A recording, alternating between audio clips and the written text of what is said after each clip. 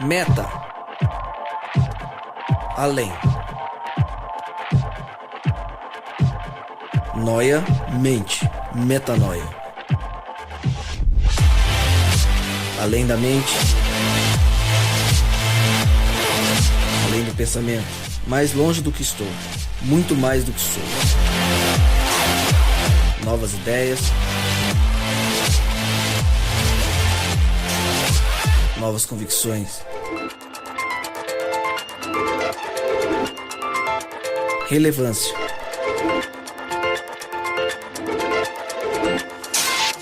Plenitude. A busca pelo ideal.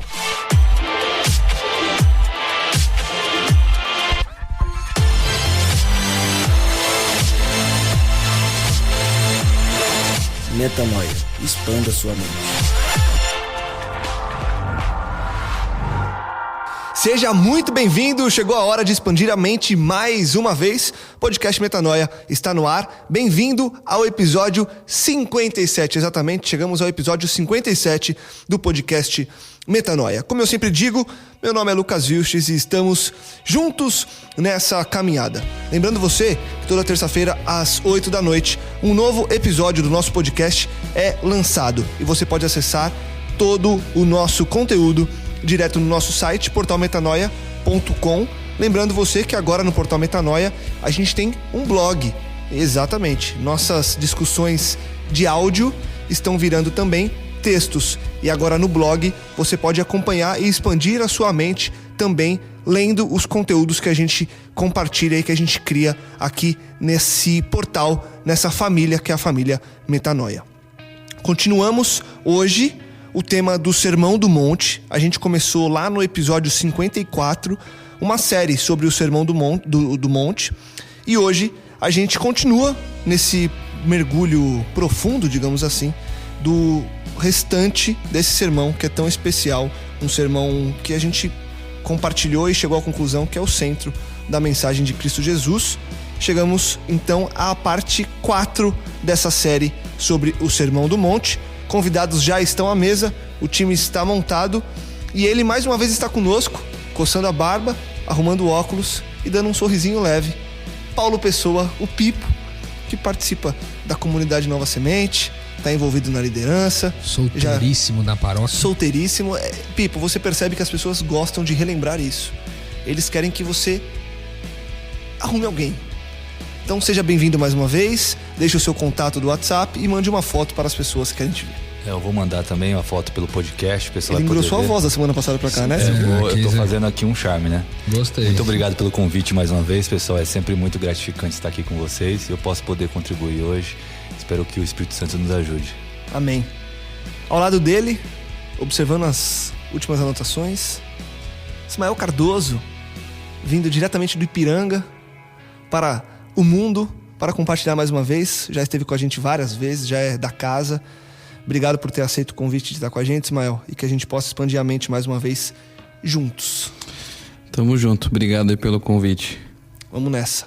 E ele sempre, Rodrigo Maciel, sério, um cara... É ele. Um gentleman. É um gentleman. Eu ia falar gentleman, mas eu achei... Chega, gentleman, né? Aí já ficou... O Rodrigão. Eu sabia que você queria dizer. Tamo junto, né, Rô? Tamo junto, cara. Muito bom estar aqui novamente. E mais uma vez eu queria agradecer você que acompanha a gente no podcast e também você que tem enviado e enviou pra gente os áudios aí com o seu testemunho, compartilhando um pouquinho do que o Metanoia tem significado na sua caminhada. Quero te agradecer aqui, foram vários áudios que a gente recebeu, foi muito bom, abençoou a gente bastante aqui e com certeza nós vamos poder utilizar para esse Metanoia especial que a gente está por fazer. Eu louvo a Deus também porque numa semana de insanidade a gente está aqui reunidos 4 nessa mesa, numa quinta-feira à noite, e está sendo muito bom estar junto aqui com amigos e poder repartir um pouquinho da palavra que Deus tem colocado no nosso coração. É isso aí. Bom, como eu disse, a gente está na parte 4 dessa série sobre o Sermão do Monte. E a gente começou falando das bem-aventuranças e a gente chega na última bem-aventurança. E eu queria só retomar sobre o que a gente já falou. Para você que talvez chegou agora, volte nos episódios passados. 54, 55 e 56 e escute o que a gente já trouxe sobre os primeiros versos desse sermão, para que você também compreenda um pouco mais do que a gente compreendeu juntos aqui estudando esse tema. A gente já falou sobre os pobres de espírito, dos que choram, dos humildes, dos que têm fome e sede de justiça, dos misericordiosos, dos puros de coração e dos pacificadores. E aí eu pergunto para vocês, Rô, Pipo, vocês estiveram juntos aqui estudando alguns desses temas. O Ismael já escutou esses temas e também já estudou várias vezes. O que a gente tira até agora, num geral, sobre esse Sermão do Monte? O que mais marca vocês? Ou o que fica de mensagem na cabeça de vocês sobre essa sequência de textos que a gente já tratou e continua tratando como algo tão importante para a nossa caminhada?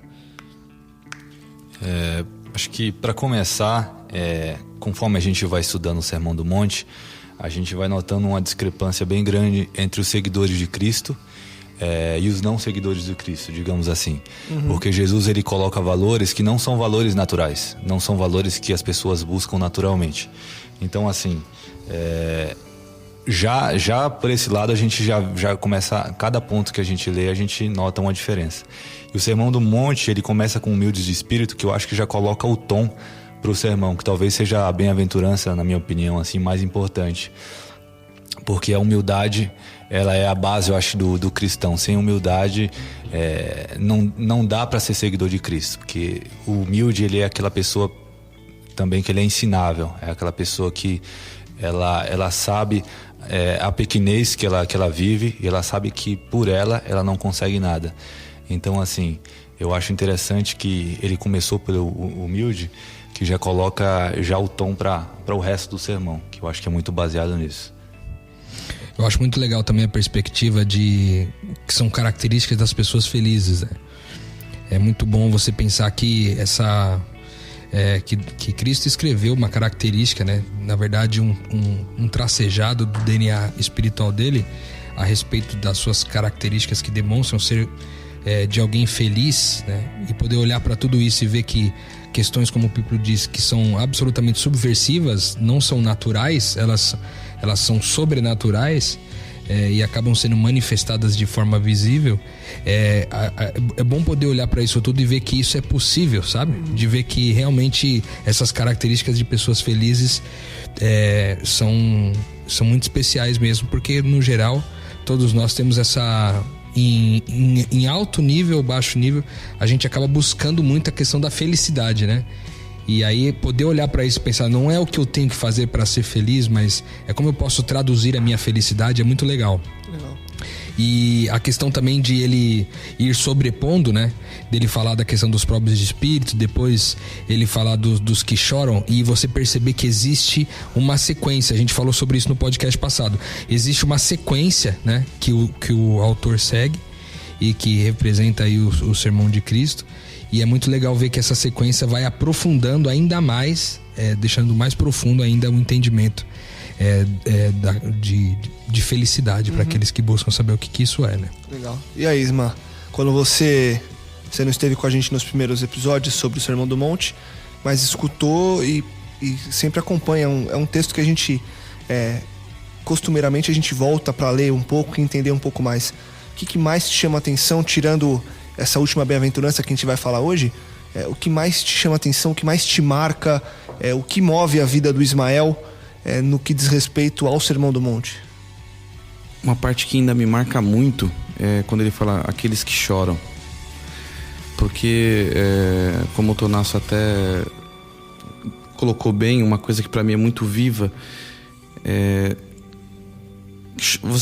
tem alguns que nem Paulo diz, né? Nem chegaste a lamentar aquelas coisas que são parte de você, da sua vida, né? Ele fala que tem um amigo que quando tá sozinho, ele não gosta do que ele é. Muitos de nós, às vezes, não lamenta por essas coisas, não chora, né? E essa questão que Jesus traz para que a gente entenda que algumas coisas na nossa vida devia realmente trazer essa tristeza, se nós realmente tivéssemos essa visão de reino, né? Essa condição, e por essa condição, consequentemente, a dependência de Cristo o tempo inteiro. Isso é uma coisa que é muito forte para mim, muito forte. E toda vez que acontece alguma coisa, eu faço esse questionamento. Será que, de verdade, não a lágrima em si, mas por dentro eu tô sofrendo, eu tô chorando? Isso tá me afligindo porque eu reagi dessa maneira, porque eu tenho essa atitude, etc. Legal. Porque essa é a construção aí ao lado de Cristo. Legal, legal. A gente já estudou de Mateus 5, 1 até 7, que foram esses primeiros versos que a gente falou nos primeiros episódios. Hoje a gente entra de 8 a 12. Eu vou ler pra gente entrar então definitivamente no tema de hoje, que é a última bem-aventurança, que é quando Cristo diz que somos bem-aventurados quando perseguidos por causa da justiça. E eu leio então Mateus 5, de 8 a 12.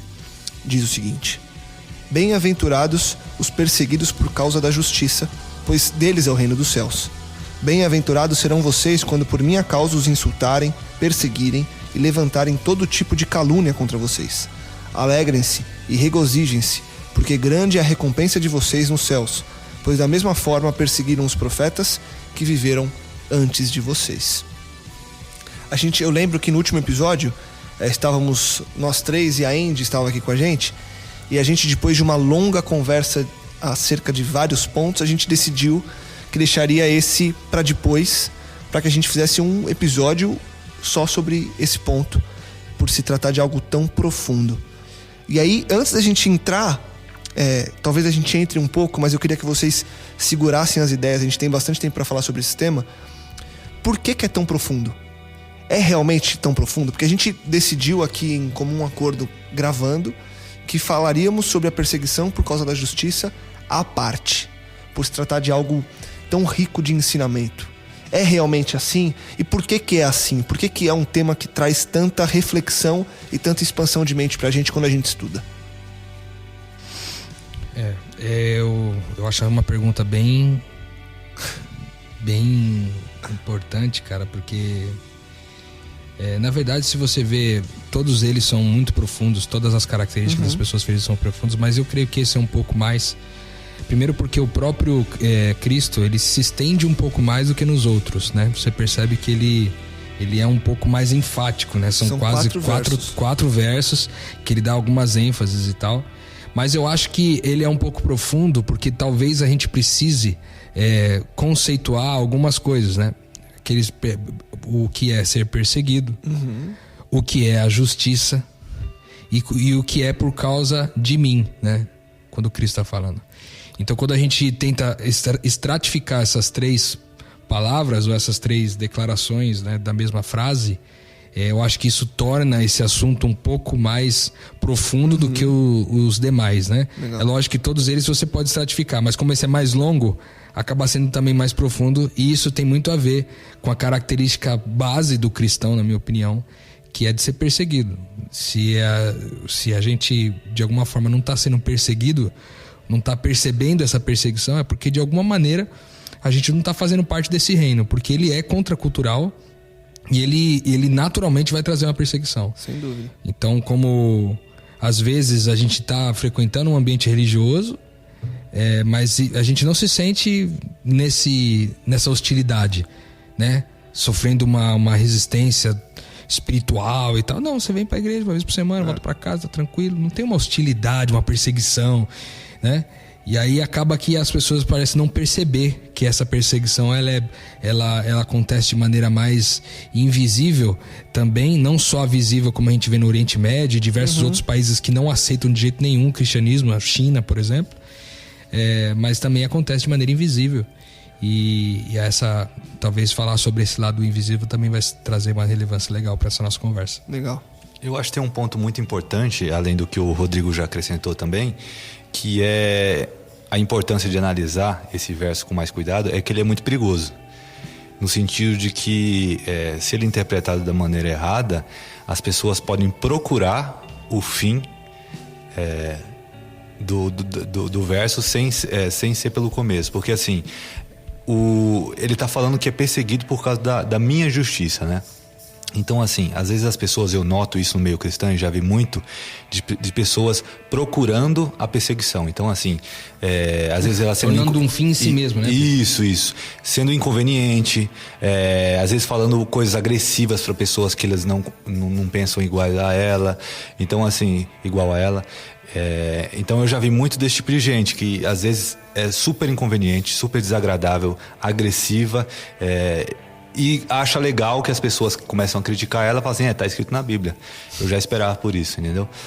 Então, e ele é inconveniente, de fato, né? Não tá sendo perseguido, ele tá sendo inconveniente e acha que é perseguido. Exato. Então é uma passagem que precisa ser analisada da maneira correta, que senão ela pode ser usada para, sei lá, para algo muito ruim. Com certeza. Algo a acrescentar? Não, talvez uma coisa que eles não comentaram, que para mim é muito comum no meio cristão, esse verso é um verso contraditório a que muitas pessoas creem, né?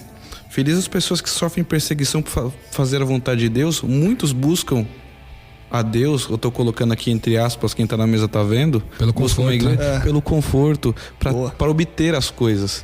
E aí Jesus vem e fala assim: feliz é você que é perseguido pelo meu nome. Que coisa estranha. Isso deve ser muito estranho para algumas pessoas. Com certeza. Boa.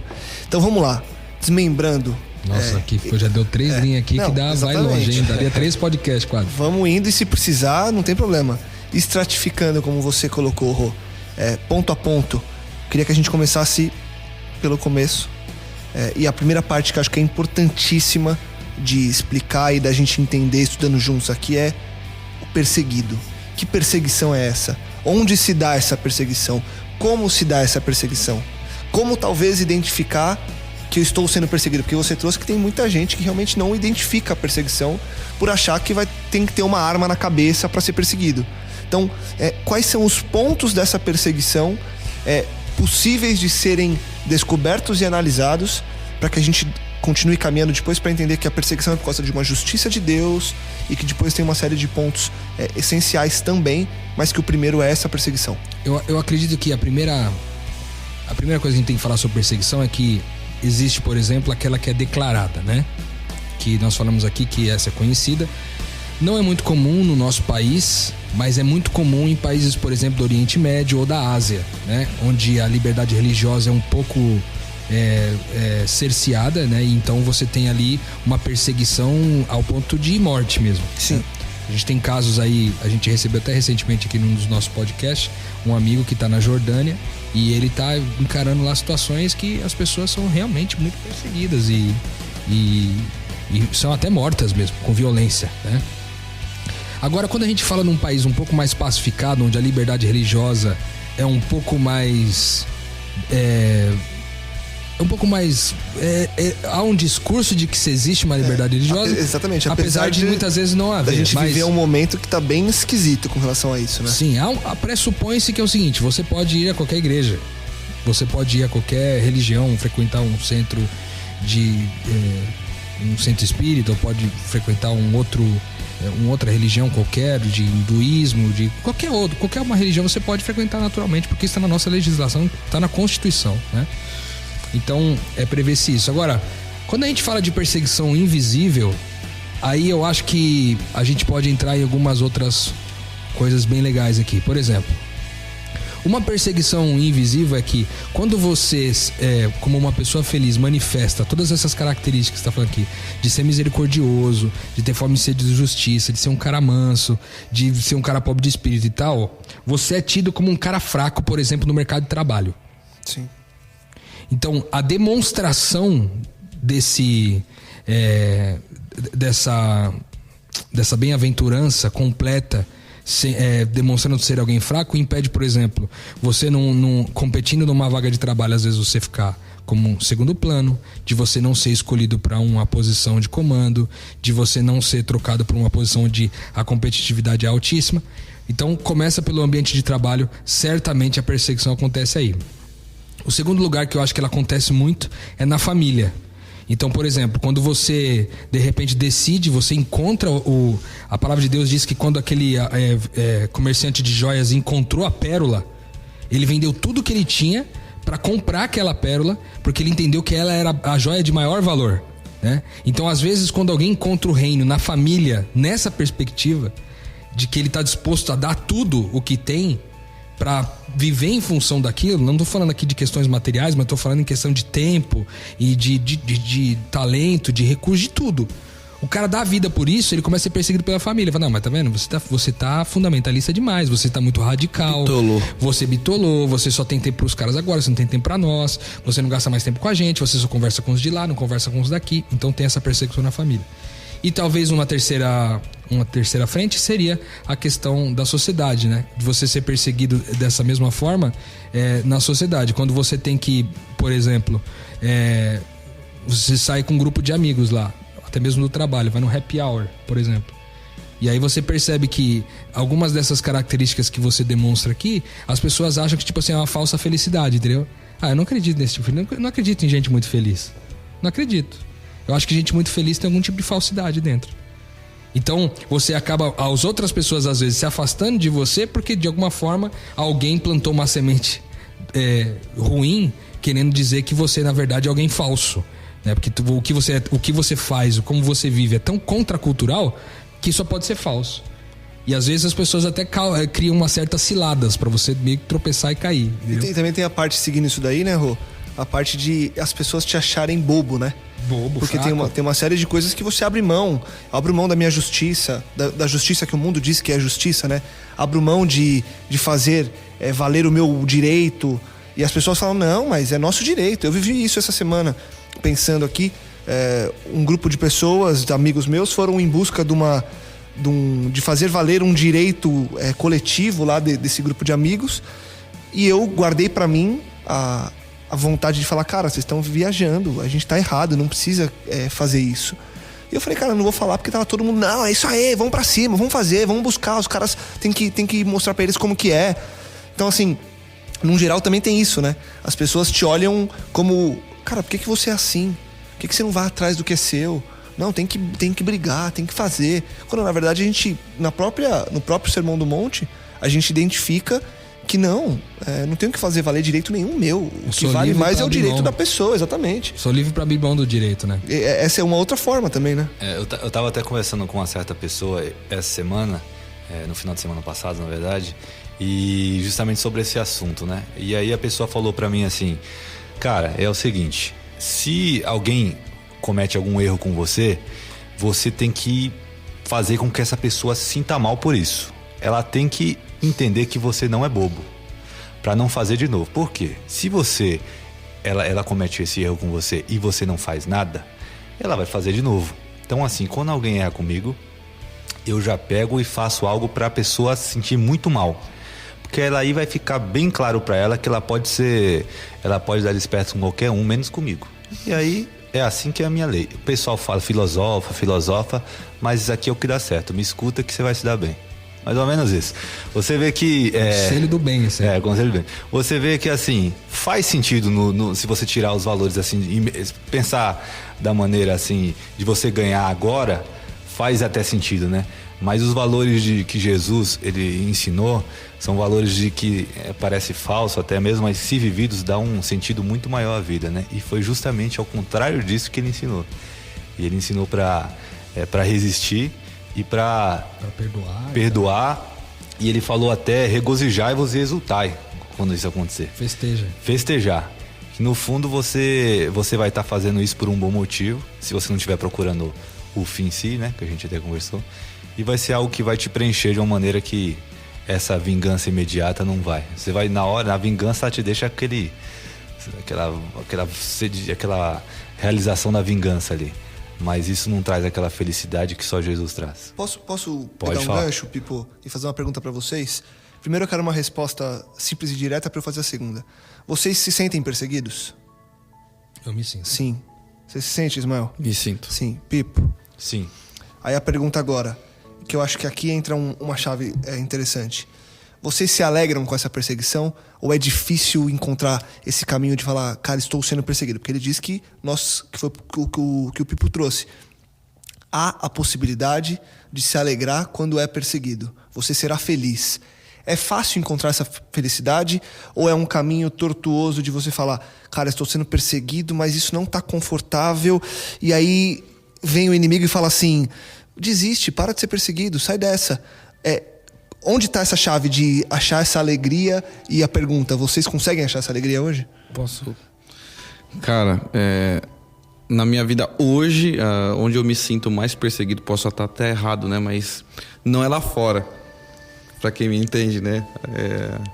É aqui dentro, pode ser dentro da minha casa ou até dentro mesmo do templo que eu frequento.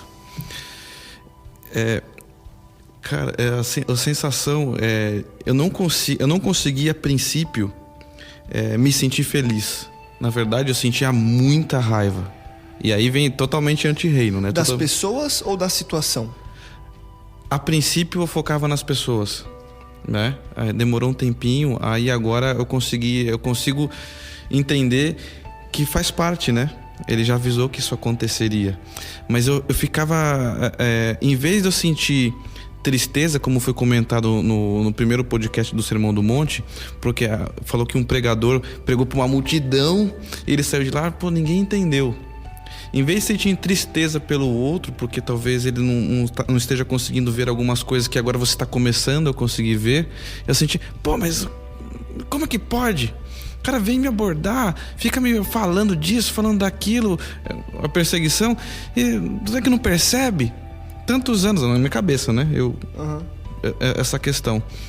E demorou meses, cara, para eu entender que o processo não é esse. É contrário, né? Acho que o Espírito teve muita paciência comigo, calma. Aí vocês lançaram o podcast Intolerância e teve uma frase que ela virou a chave na minha mente. Acho que até você tava falando, Lucas, aí era uma menina, não lembro o nome dela. A Dani. Ela falou assim, e a nossa intolerância com os intolerantes? Cara, mudou. Aí virou a chave. Aí essa foi um soco. Aquela hora até eu me esparramei assim na cadeira. Falei, cara, falou comigo agora foi o Espírito. Metanoia total. Cara, eu tava sendo intolerante e eu não encontrava alegria de alguma forma, com o mínimo de luz que eu tava recebendo ali, por de alguma forma ele tá lançando a sementinha para trazer um pouquinho mais do nome de Deus, da palavra de Deus, do que ele deseja para que seja o seu reino. Legal. Cara, eu acho que eu preciso ser curado disso aí, cara. Sendo bem sincero. Porque eu me sinto bastante perseguido, bastante mesmo. E às vezes eu acho que o sentimento que eu tenho e a predisposição que eu tenho não é tanto de festejar, sabe? Que é às vezes eu quase que me sinto como aqueles caras que rasgavam a roupa e jogava aquele, como é que é o nome do negócio que ele jogava na cabeça? Cinzas. Jogavam cinzas na cabeça. Às vezes eu me sinto mais como esse cara, sabe? Do que como alguém que se alegra com isso. Eu acho que pode ser até que a minha alegria seja a alegria da vida, porque na vida eu me considero alguém muito feliz, muito alegre. Então, independente da perseguição que eu siga, eu continuo sendo alguém alegre, né? Feliz e tal. Mas na hora que o bicho tá pegando, cara, confesso pra você que é muito difícil, entendeu? Eu me sinto muito perseguido na minha casa, na minha família. Me sinto muito perseguido em ambientes religiosos, principalmente em função de coisas que a gente faz que às vezes difere um pouco, né, do que as pessoas estão fazendo na naturalidade. Então, não, como eu digo, quando a gente faz, não falo a respeito de mim, das minhas boas obras, né? Falo daquilo que a gente como comunidade tem feito, né? E é muito ruim, cara. Eu falo pra você, eu tenho bastante dificuldade. Eu não consigo, talvez hoje seja um bom momento aí que Deus talvez esteja usando para me curar nesse sentido, de como talvez encontrar esse gatilho para se sentir feliz por isso. Porque quando a gente vai pro texto aqui, até mesmo usando a referência de John Stott, quando a gente vê ele falando a respeito disso, ele fala, cara, vocês deveriam se alegrar por isso, porque o Cristo, vocês estão participando do sofrimento de alguém que é Deus, entendeu? Então pensa, Deus sofreu. Então você tem o privilégio de participar do sofrimento daquele que também passou por essa mesma perseguição na família. Porque ele passou perseguição na família, passou perseguição na sociedade, passou perseguição com os religiosos, né? E ele se alegrava porque ele tinha um propósito final e ele sabia, a palavra de Deus diz que ele decidiu naquele momento, foi fundamental para ele tomar uma decisão. Isaías 53 fala isso. Foi fundamental ele tomar essa decisão um pouco antes, ele pensar no futuro e ver que as pessoas lá na frente muitas pessoas iriam crer nisso, entendeu? Então, tendo esse propósito no coração, ele se alegrava por passar por todo aquele processo, né, de perseguição. E eu tento às vezes fazer esse mesmo exercício de Cristo, mas eu confesso que ele não tem funcionado muito bem pra mim, não. Tipo, pra eu me sentir feliz e festejar essa perseguição. Eu acho que eu preciso ser curado nisso aí. O Rodrigo falou, eu vou falar de mim também, do que eu sinto, mas só retomando aqui, o Rodrigo falou de vários aspectos muito importantes dessa perseguição aí. Eu sofro também essa perseguição, e assim como o Rodrigo externou, deixou bem claro, a perseguição ela dói mais e ela incomoda mais com os mais próximos e os da igreja. A pessoal cita, você é uma pessoa diferente, aí no trabalho, na faculdade, o pessoal... Na verdade, isso daí sempre foi muito pequeno pra mim. A perseguição mais difícil é realmente dos de dentro. Das pessoas que você mais ama, né? E quanto mais você é uma pessoa, mais difícil é. E assim, também tem outro aspecto que agrava, pelo que eu senti na fala do Rodrigo, que eu também compartilho, é que assim, quanto mais você está se entregando, mais difícil é. Porque assim, você tá dando o seu melhor naquilo que você está fazendo, e você escuta uma crítica assim bem pesada, assim, de uma pessoa que você não esperava sobre aquilo que você tá, onde está seu coração, né? Então isso realmente é difícil às vezes você olhar simplesmente pro texto e falar, é para eu ficar feliz, então vou ficar feliz. É algo que realmente machuca. Mas é algo que na prática eu já senti um certo alívio, porque até Jesus, quando ele termina, ele fala assim, porque é grande vosso galardão nos céus, porque assim perseguiram aos profetas que foram antes de vós. Não só Jesus, mas também ele cita os profetas que vieram antes, e a gente vê muita perseguição também, né? Mas tem outro ponto também, fora esses que eu citei, que me deixa um pouco incomodado nessa perseguição, que é o seguinte: fora tudo isso, eu tenho que sempre me avaliar realmente se eu não estou fazendo algo errado. Então isso que causa um incômodo às vezes, porque eu tenho que escutar essas críticas. Porque se eu for orgulhoso nesse sentido, e eu achar que eu estou sempre certo, pode ser que eu me perca nesse meio desse processo. Então assim, essas críticas podem ser também uma resposta de Deus falando através das pessoas. Então é um processo complexo, difícil, mas que a gente tem que ter humildade para escutar e ver se tem algo que a gente pode crescer, algo que a gente possa mudar.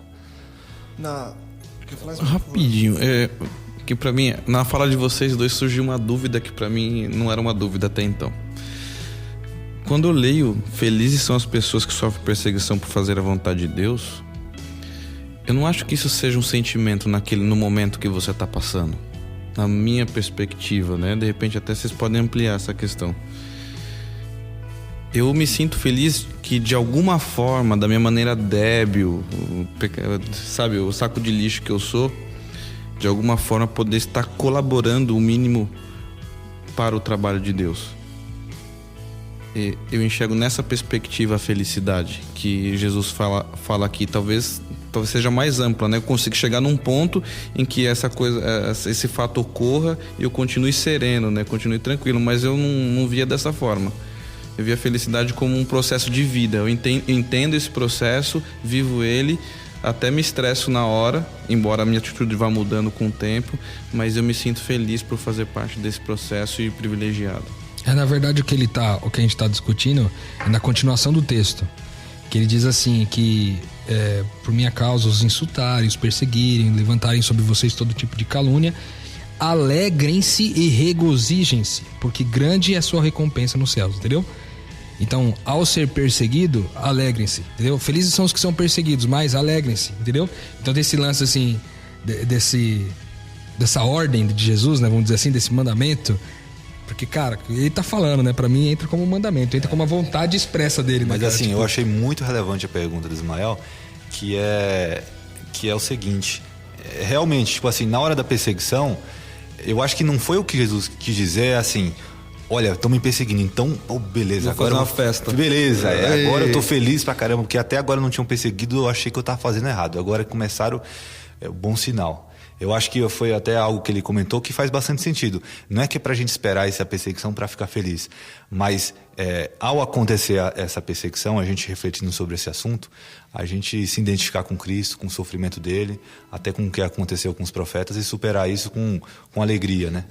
Eu acho que tem, fazendo um paralelo com outros mandamentos que ele traz, é muito mais da reação. Qual que é a sua reação ao ser perseguido? Exatamente. Então, assim, a minha reação, quando eu entender o que é essa perseguição, vai ser alegria.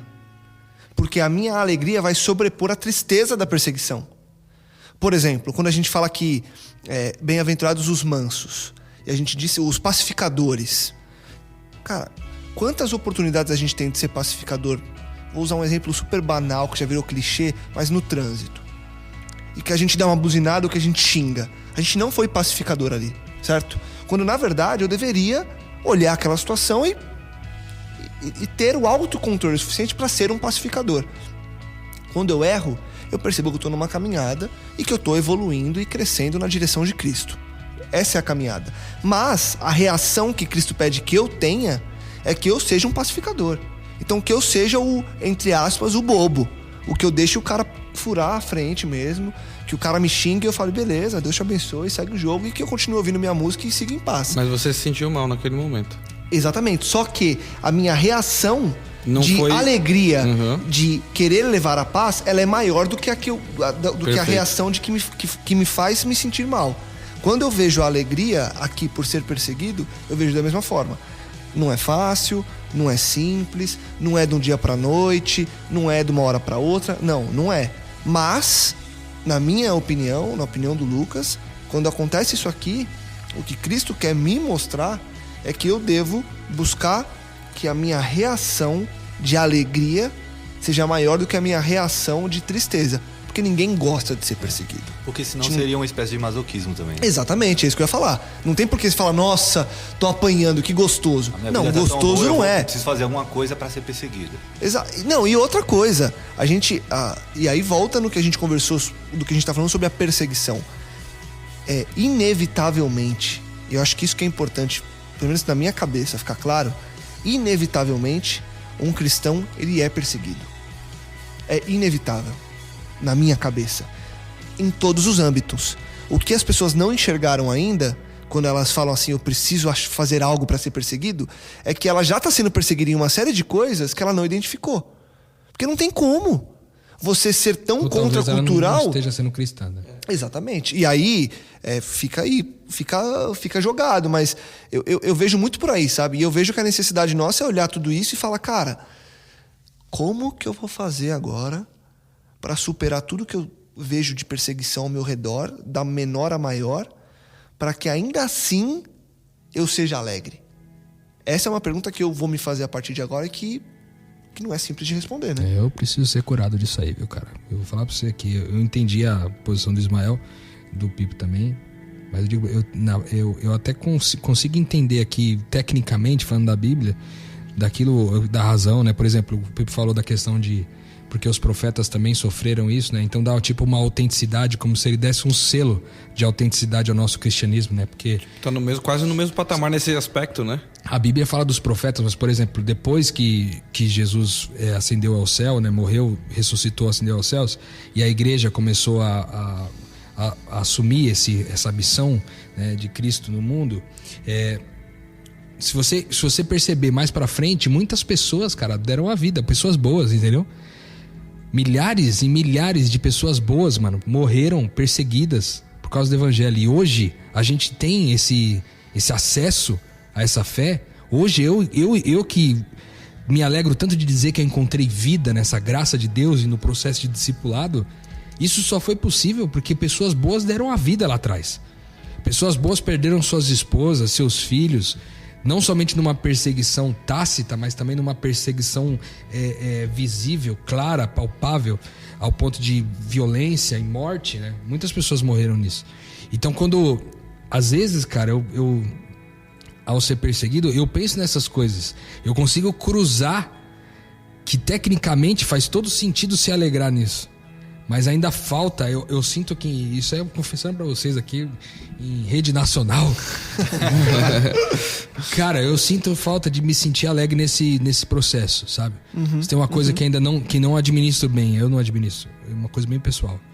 Eu não administro bem essa perseguição, principalmente quando a gente fala, como o Pipo falou, da perseguição das pessoas que a gente mais ama. Porque são perseguições que não são propositais muitas vezes. Não é as pessoas, tipo assim, não, vou perseguir o Pipo até ele se lascar. Não, eu vou perseguir o Rodrigo até ele não aguentar mais. Não é isso. As pessoas não estão te perseguindo por causa disso. É porque a cultura delas, às vezes, a cultura que elas estão inseridas, ou o entendimento de cultura que elas têm até hoje, é um e o seu é outro. E aí, como vocês convivem, vocês se falam, vocês se relacionam e tal. Então isso acaba gerando várias oportunidades de conflito, entendeu? Então eu sinto que é muito difícil, cara. Então eu peço que vocês orem por mim aí para que eu seja curado por isso, porque eu recebi vários socos na cara aqui com esse negócio do Sermão da Montanha aqui, entendeu, Lucas? Foi difícil pra mim fazer esses podcasts aí das últimas semanas, mas hoje eu vou falar pra você. Hoje eu tô indo pra casa aqui com uma sensação que eu tomei uma surra de varinha, sabe? Aquelas de bambu, sabe? Assim, dá nas costas assim. Tá louco. Cara, posso? Eu acho que essa questão, Rodrigo, hoje é a maior pra todo mundo que vai estar ouvindo a gente. Né? Ele fala que te perseguem porque vocês são meus seguidores. O que é ser seguidor? Né? A gente já quebrou. São tantos podcasts que acho que a gente já quebrou essa história, né? Ser seguidor de Cristo não é ir à igreja. Né? Eu acho que fui pra igreja durante, 5 anos e descobri que não era seguidor de Cristo. De fato, eu era um frequentador de um local. Né? E aí, que é totalmente oposto, cara. Não tem jeito. Entra em conflito. E é natural, né? Eu acho que cada um tem um time. Só que eu tenho um time, o Rodrigo tem um time, e quando esse time é diferente no mesma casa ou no mesmo ambiente que a gente frequenta, não adianta. Vai ocorrer acho que esse encontro, né? Não, mas por que isso? Por que assim? Por que assado? Por que você está fazendo dessa forma? Por que você mudou? Por que suas prioridades são essas? Né? Porque as prioridades de Cristo, olha para as prioridades de Cristo, fala assim, eu não sou cristão. Né? Você olha para as prioridades de Cristo eram pessoas, meu. Pessoas, e as nossas prioridades, de fato, se a gente for muito sincero, se você fizer a autoanálise, não está em primeiro lugar na maioria do tempo. Né? Pode estar em algum momento, mas não está. E isso incomoda. Até as coisas menores, né? Que eu acho que é muito menor isso. Se você tá numa roda de amigos que de repente não professam a mesma fé que você e eles estão tomando a cerveja deles e você não toma, incomoda eles. Você tá num churrasco, você não incomoda as pessoas. Imagine coisas mais profundas na qual nós estamos falando aqui. É inevitável, e eu acho que ele traz isso já para nos avisar. Entendo, o reino é assim. E por isso que eu sofri tanto. E aí vai complementar aquilo que você falou, Rodrigo. A gente faz parte do sofrimento de Cristo. Por quê? Ele veio mudar essa condição, né? E a gente faz parte dessa mudança. Sabe o que eu estava pensando enquanto vocês estavam falando, pelo que vocês dois falaram? Algo interessante. Todo mundo que se dedica bastante para Deus vai ser perseguido, tá? Mas mesmo aquele que faz da maneira errada, estou te falando dedicar em relação a gastar energia, assim, fazer muita coisa, não só de profundidade. Então, todo mundo gasta muita energia para fazer coisas de Deus, digamos assim, vai ser perseguido. Alguns vão ser perseguidos fazendo algo realmente que está fazendo algo errado, e outros por estar fazendo certo. E aí você pensa, então esse verso aqui não vai me ajudar para nada, porque vai ser perseguido fazendo certo ou errado. Agora o ponto que eu cheguei à conclusão qual que é o meu parâmetro para saber se eu estou sendo perseguido pelo motivo correto ou errado? É as outras bem-aventuranças. Eu estou sendo perseguido agindo de acordo com as outras bem-aventuranças? O que eu fiz está de acordo com essas outras? Então, assim, uma das características, por exemplo, é bem-aventurados os mansos. Quando eu falei o cara que ele procura, logo no começo, tem que tomar cuidado, porque assim, tem gente que procura a briga, o cara inconveniente, um cara chato, um cara agressivo. Esse cara tá sendo manso? Ele tá sendo humilde? Ele tá sendo pacificador? Eu acho que não.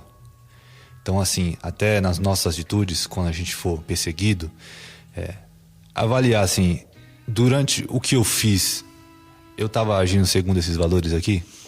Será que eu não coloquei meu orgulho em primeiro lugar no meio desse problema aqui, por isso que gerou tanta desavença? Boa. Então, assim, eu acho que esse parâmetro quebra e não é à toa que essa bem-aventurança dos perseguidos aqui, por causa da justiça, tá por último. Para mim não é à toa, porque ela só pode ser compreendida à luz das outras. Então talvez o que você está dizendo é o seguinte, até concluindo a semântica e a estratificação das palavras, talvez o que o Pipo está dizendo seja que bem-aventurados os perseguidos por causa da justiça, sendo que a justiça de Cristo pode ser caracterizada de maneira genérica por essas outras bem-aventuranças citadas acima.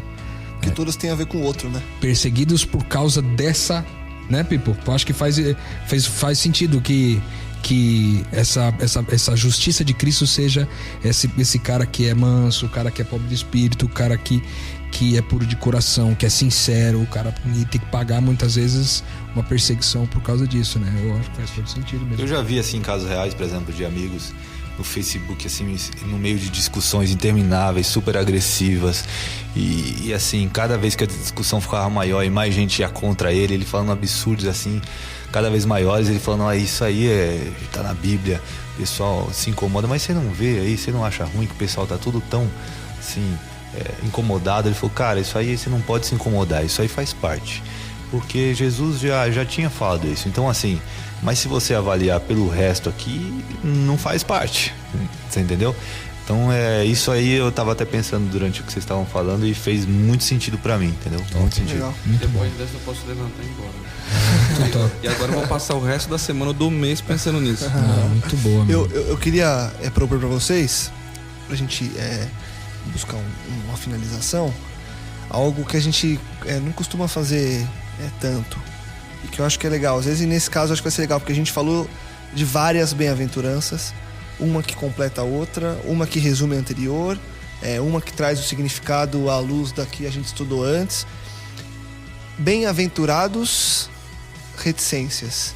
Em uma frase pra vocês, uma frase mesmo, no primeiro ponto, na cabeça de vocês param. Pode pensar um pouco, se vocês precisarem pensar, o Juan sobe a trilha agora, a gente pensa. Mas juntando tudo que a gente estudou ao longo desses últimos episódios, e lembrando você que não acabou, a gente vem semana que vem para falar de Sal e Luz, que é a continuação desse Sermão do Monte. Bem-aventurados, reticências. Eu diria, talvez não bem-aventurados, mas felizes. Felizes, ok, vamos felizes para ficar mais. Felizes os que não vivem mais a própria vida, mas vivem a vida de Cristo. Espetáculo. Eu fico no começo aqui, que é o que mais me pegou mesmo.